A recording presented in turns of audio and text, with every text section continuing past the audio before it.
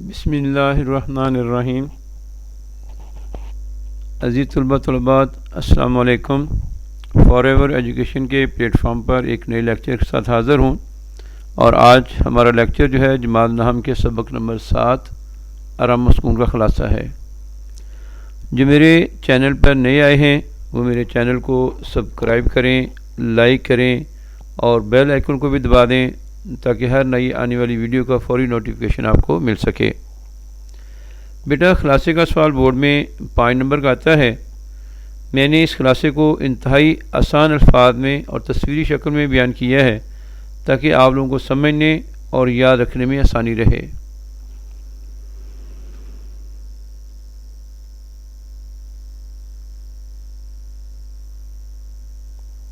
جب ہم نے خلاصہ شروع کرنا ہے تو آپ نے 605 مارکر کے ساتھ سبق کے عنوان کی ہیڈنگ دینی ہے، اور اسی مارکر کے ساتھ آپ نے سبق کا عنوان آرام و سکون لکھنا ہے۔ اس کے بعد پھر آپ لکھیں گے مصنف کا نام سید امتیاز علی تاج، یہ بھی آپ نے مارکر سے ہی لکھنا ہے 605 سے۔ اس سبق میں ہماری زندگی میں آرام و سکون کی اہمیت کو اجاگر کیا گیا ہے۔ آج کی مصروف زندگی میں انسان کا اپنے لیے وقت نکالنا نہایت مشکل ہے، جس کی وجہ سے مختلف بیماریاں جنم لیتی ہیں۔ سید امتیاز علی تاج تحریر کرتے ہیں کہ میاں اشفاق صاحب بیمار ہیں۔ ان کی بیگم ڈاکٹر کو پیغام بھیجتی ہے۔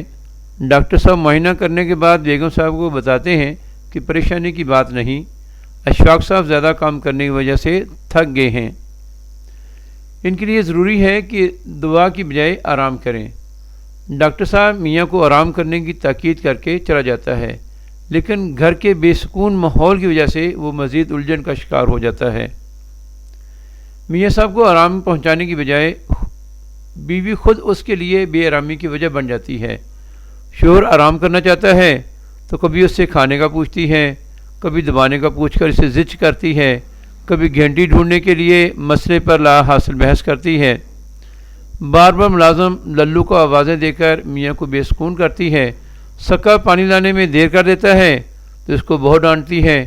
بچے کو گاڑی سے کھیلنے پر اور نوکر کو ریٹھے نہ ملنے پر بھی ملامت کرتی ہوئی نظر آتی ہے، اور پھر ہر ایک سے کہتی ہے کہ شور مت پیدا کرو، میاں آرام کر رہے ہیں۔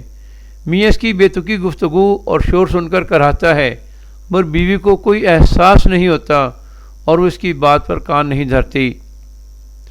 کمرے میں ٹیلی فون کی گھنٹی بجتی رہتی ہے۔ ناچار میاں کو ہی فون اٹھانا پڑتا ہے، پھر ٹیلی فون پر بحث و تکرار شروع ہو جاتی ہے۔ ہمسایوں کی طرف سے گانے بجانے کی آواز پر میاں خط لکھ کر انہیں منع کرنے کو کہتا ہے۔